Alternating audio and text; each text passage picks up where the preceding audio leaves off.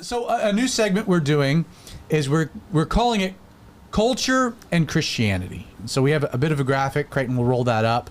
Culture and Christianity. And the idea of this segment is that when things are going on within the culture, sometimes I've made episodes about this in the past. Things that are really culturally relevant, things that are happening in real time.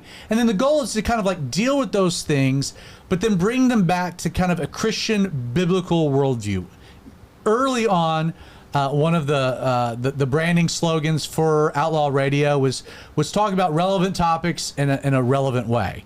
And so this is kind of the evolution of that idea. And so this is its own segment. So not like purely a Bible study, but taking something happening in culture and then my job, trying to give a biblical context and perspective on this particular thing. Now, big deal right now is a blockbuster movie that was recently released. Christopher Nolan produced, released. It's in theaters presently. The Odyssey. Homer, his poem, The Odyssey. This is a film adaptation of it.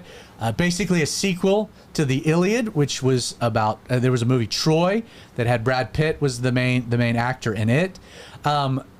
Huge budget, over $250 million put into this.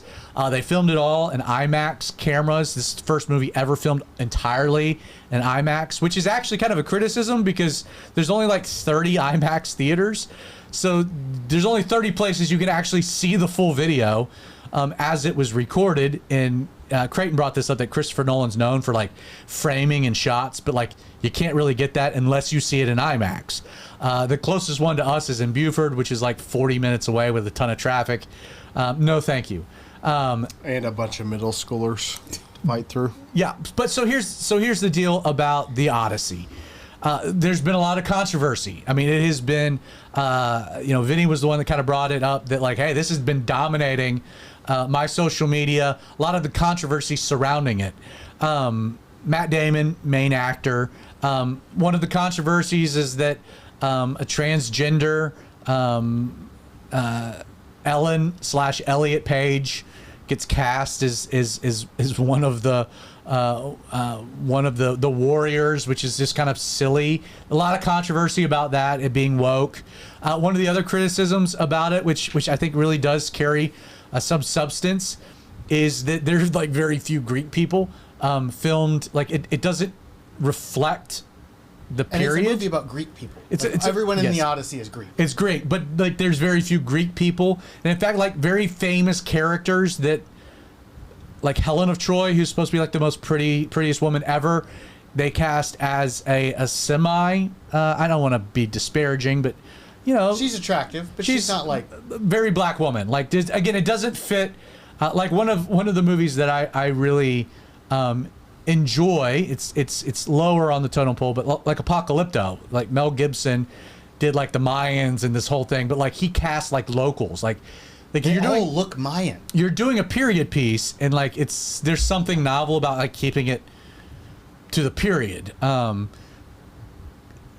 would be like doing Gone with the Wind, but casting white people to play the slaves. Like it's odd. So there's some like legitimate criticism. My guess is probably a pretty good movie. It's done very well. It's made some money. I haven't actually seen The Odyssey, although I'm familiar with Homer's poem and its context. Vinny, you did see this movie, and this got a conversation happening with you and your wife. And so in our opening production thread on Monday, you brought this up, which is the nature of this particular segment. So why don't you kind of give it a little bit of a lead in? Describe the movie, your perspective on it, and then I'll kind of take it from there and get into some of the nitty gritty. By the way, if you're watching and you want to weigh in on this particular topic, drop a comment. We're watching. We can see those in real time. So, Vinny. Yeah, I saw the movie. It was good. I enjoyed it. I'm not a huge Matt Damon fan. Matt Damon. Hey, the Bourne. One of the first movies I ever saw as a kid was Matt Damon playing a part that, you never go full. The Bourne movies were fantastic. And I never watched them because the first movie I saw with Matt Damon was terrible. And then somebody said I looked like him when I was in high school, and that pissed me off. But it was a good movie. Frosted Tips? I did.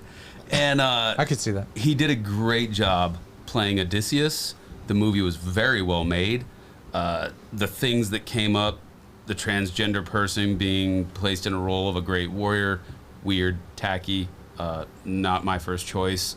Helen of Troy, the most beautiful woman on the planet at the time, caused thousands of warriors, caused 1,000 ships to go to war for her beauty. Did not see it in that person that they placed in that character. That's a tactful way to say that. But that stuff aside, it didn't bother me. I saw the stuff on Facebook going into it. I went into the theater unenthused. I walked out of the theater entertained. I loved it. It was well done. It was a good movie. Made me think. It made my wife think. It turned into some really good conversation for us in our living room. We went straight home and watched Troy. She was trying, my wife is not a Greek scholar, nor am I, and she was very curious about Greek mythology, and I posed the question to her, is Greek mythology in fact mythology, or is there undertones of biblical counterparts? So that's a good lead-in. Yeah. Don't go too far to steal my thunder. No, but I like the movie. We did drive the 40 minutes to see. So you saw it in IMAX. Okay, that's pretty cool. The traffic was not bad because Google Maps decided to take me down every 25-mile-an-hour back road that Georgia owns. So it took an hour and a half to get there instead of 40 minutes. But it was a good movie. We enjoyed it. If you haven't seen it, I encourage you to see it. If you've seen it, I'd love to see your comments on the YouTube live chat so we can address them here tonight. So let me give a little bit of because the question is about Greek it's brought Greek mythology back to attention, and then questions from a biblical standpoint of like, how does this all connect? In fact, like, not a real broad conversation that's happened around the movie, but I've still seen it, of people kind of almost mistaking it for being a biblical narrative, and thinking that this has roots in like some ancient biblical stories. And so I wanted to just talk about coming off of the Odyssey, the idea of Greek mythology, and try to tie this all into the Bible a little bit and give some perspective on it. For those of you that again, like me, I didn't study Greek mythology. I have a very probably elementary level understanding. As far as the Odyssey goes, the closest understanding of it was "Oh Brother, Where Art Thou?", which was the Coen brothers, kind of their own modern adaptation of the Odyssey. Never read Homer, never read the Iliad or the Odyssey on my own, and so I just full disclosure, I'm not a Greek scholar, or I have degrees in mythology. So I'm just going to give you like a basic overview of Greek mythology, and then we'll pivot. Greek mythology is just the body of stories, beliefs, legends of ancient Greeks and earlier people groups that it kind of all bled together, about gods, heroes, the creation of the world, the origins of various natural and cultural phenomenons. It is not necessarily a religious position, although it does have very pronounced religious undertones, because it answers the various questions that religion is designed to answer. Greek mythology, the Romans took most of the basic concepts, changed names. Roman mythology, basically just a repackaging from Greek to Latin of Greek mythology. The origins of the mythology begins with the universe in chaos. It comes from primordial beings. Their children, the Titans, ruled until the Olympian gods overthrew them in a great war. The Olympians were the main pantheon on Mount Olympus.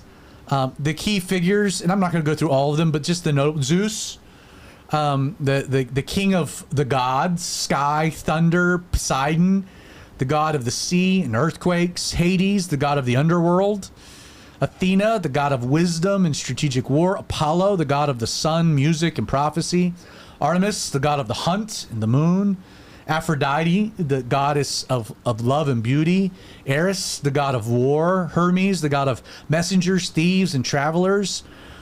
And then you can kind of go on.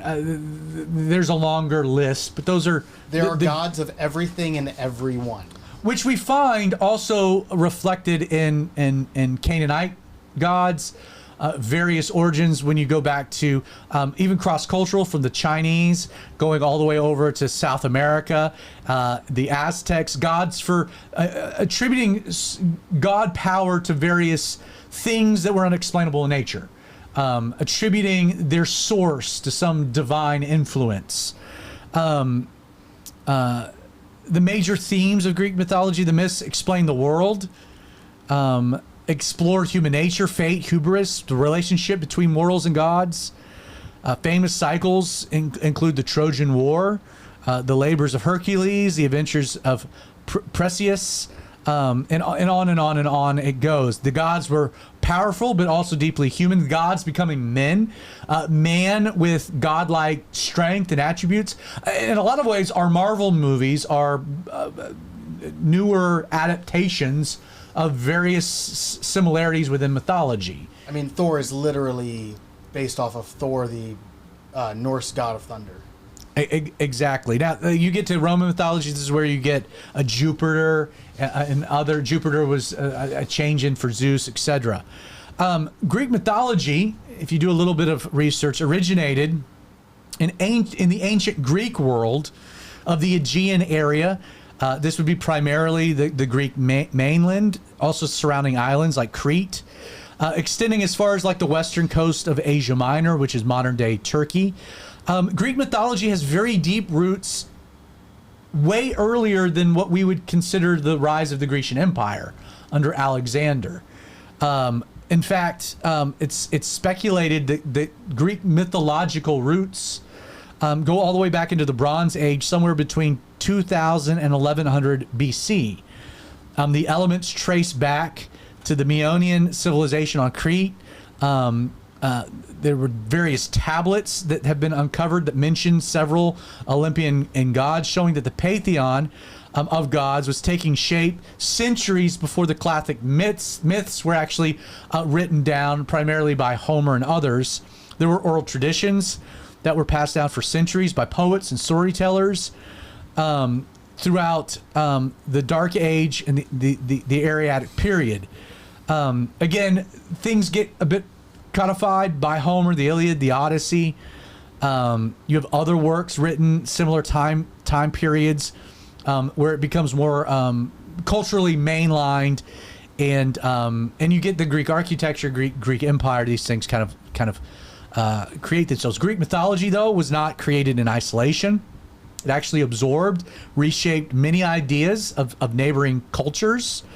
This happened through trade and migration, contact, specifically Eastern myths that originated with the Mesopotamian area, the Hittites, the Phoenicians, even some Egyptian elements are included.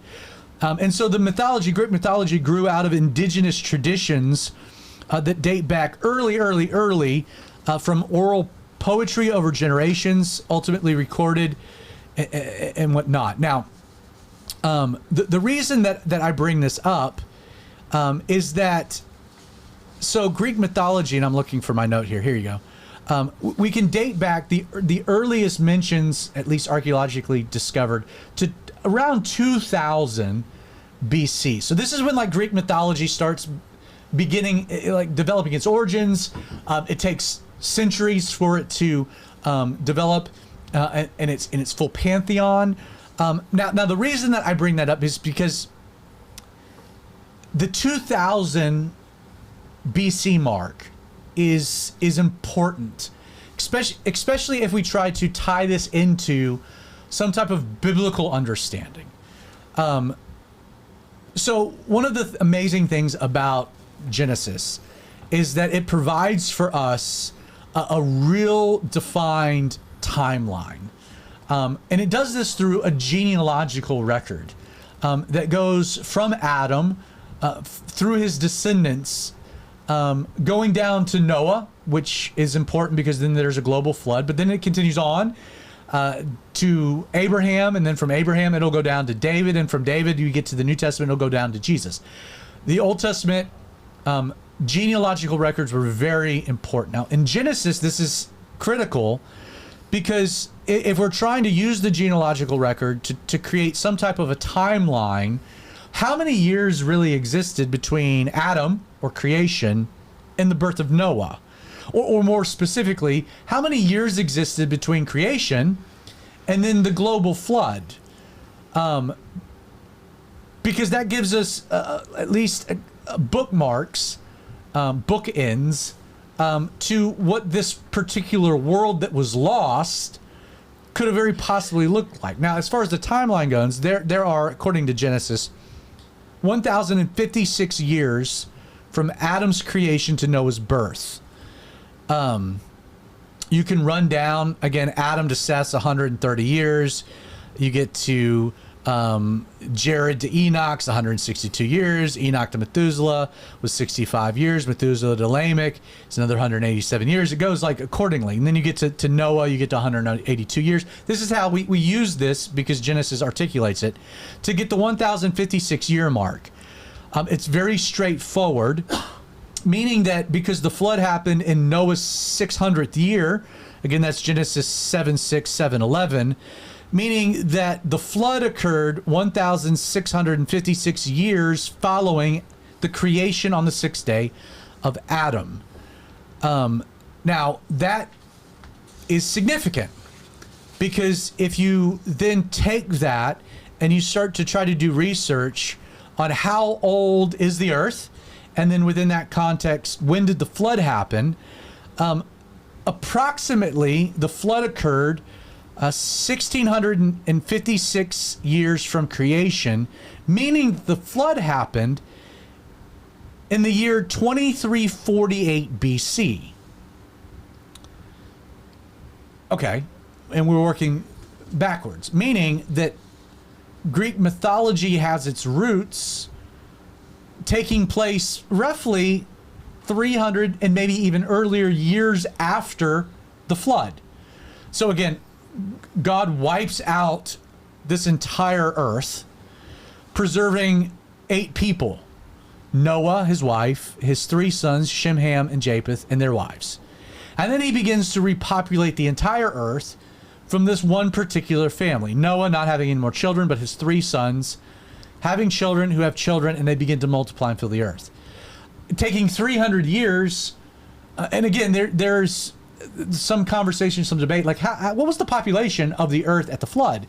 You can, in a conservative estimate, place the global population around 6 billion people, in theory, at the time of the flood. Like we're talking about the very possibilities of an advanced culture. Again, Adam had 100% use of his full intellect, full genetics. There's a lot of things like like we're talking about. Not a Neanderthalic like people, but in a very advanced culture. Noah was able to build a boat. They had the ability soon thereafter to build cities again, and to build a tower going up into heaven that they waterproofed. Like there's a lot of like, really, this is a whole nother topic, but like the technology, what could have existed, like that world is a mystery, because the Bible doesn't tell us a lot of things about it. But we can connect some dots to say it was very likely advanced and very wicked. Well, that world gets wiped out, but the stories, the legends of what that world looked like get carried on. And within a different type of a global environment, people not being able to live as long as they did prior to the flood, the population 300 years after the flood is good, but not like super significant. Meaning that when you're talking about Mesopotamia, and again, Greece, Turkey, this particular area of the world, again, Mount Ararat is in Turkey. That's where the ark settled. They're all in this general geographic region. It is safe to say that there were legends, stories, tales of the days of old. Now, how does that tie into Greek mythology? I think it has a lot to do with Greek mythology. Again, Greek mythology has its roots on gods coming to earth, intermingling, breeding with human being, creating God, human-like beings with supernatural renown, talent, authority. Greek mythology does have a root of the supernatural blending with the natural, creating kind of a hybrid thing. Now, well, where does that have any connection to do with the Bible? Well, in Genesis chapter 6, one of the precursors, the motivations of God destroying the earth, is that we're told that the sons of God came into the daughters of men and created what was called the Nephilim. I believe that what is being described is that fallen angels, and we know the angelic beings have the ability to take on human form. We see that all throughout the scriptures. Fallen angels, under the power, influence, dominion of Lucifer, come in and begin to procreate with the daughters of men. And they completely pollute the human gene pool. I think that's a satanic strategy because God had told Satan back in Genesis 3 that his ultimate demise would come through the seed of the woman, a virgin birth, that God would become man, the true God. So Satan wants to dilute the human gene pool. And so we have this dynamic where there is this pre-flood world that's probably very advanced, scientifically advanced. We don't know what it looks like. Pangea, probably one continent, one global community. Very interesting. Jesus would say that his second coming, the earth would be like it was in the days of Noah. And I think we can extrapolate maybe some parallels. One government, evil, rebellion against God, but we have this very bizarre supernatural influence of angels marrying, having sex with, procreating with humanity, creating a new species of half angelic being, half human being that we call the Nephilim, of which precipitated God from wiping out the planet to start over with Noah and his family. In fact, forbidding that from happening again, we see passages in Jude and other places. There's still being pockets of remnants of this still occurring after the flood. Hence why when the children of Israel come back following their time in Egypt to the land of Canaan, similar practices probably were still being employed. Hence Goliath was more than likely a Nephilim, the giants. Beyond just Goliath, the children of Israel send 10 spies, they come back, they say the land is, there's this whole thing happening. This has occurred culturally in other places. Minimal. I think demons, a whole nother classifications, are probably the disembodied spirits from the flood. Again, the human part of the body dies, but the angelic part doesn't, and you have these disembodied spirits of this other hybrid group of people. I think that's the origin of demons, something different than fallen angels. I think that's why you see less demonic influence today than you did in the days of Jesus, because they end up being cast into the abyss. So again, a whole nother topic for another day. My point is that this is what the pre-flood world looked like. It's not a shocker at all that non-Semitic or descendants of Abraham peoples and culture groups, people groups that weren't following the true God of the universe, Jehovah, would, through the tales and the stories of old, and even some of their own influences in their day, develop very real tales of what that pre-flood world looked like. My point is, I think Greek mythology isn't really mythology at all, but probably ancient people groups, their tales, their legends, the stories of what the actual pre-flood world looked like, meaning that they have a very real basis in reality. It's one of the reasons that when the children of Israel came back into the land of promise, they were to root out pagan gods because they were still steeped in some of the same perverse practices of demonology and human sexuality, and that slippery slope of what can be created. Again, Goliath was not a natural byproduct of human biology, but something deeply cursed, which is why then David and the children of Israel hunt them down and kill them all to try to stop this from happening and continuing. So when you go to see the movie, when you see the Odyssey, or you go back and you read through Troy, or you read watch Troy, or you see the Iliad, there are I think actual historical basis for them that the Bible points to. It not being in the way that they've been culturally portrayed, but being a description of a period of history that the Bible discusses and records between Genesis really 3 and 6, and then you see pop up again in other places throughout the Old Testament, and then more likely later on prophetically in the book of Revelation.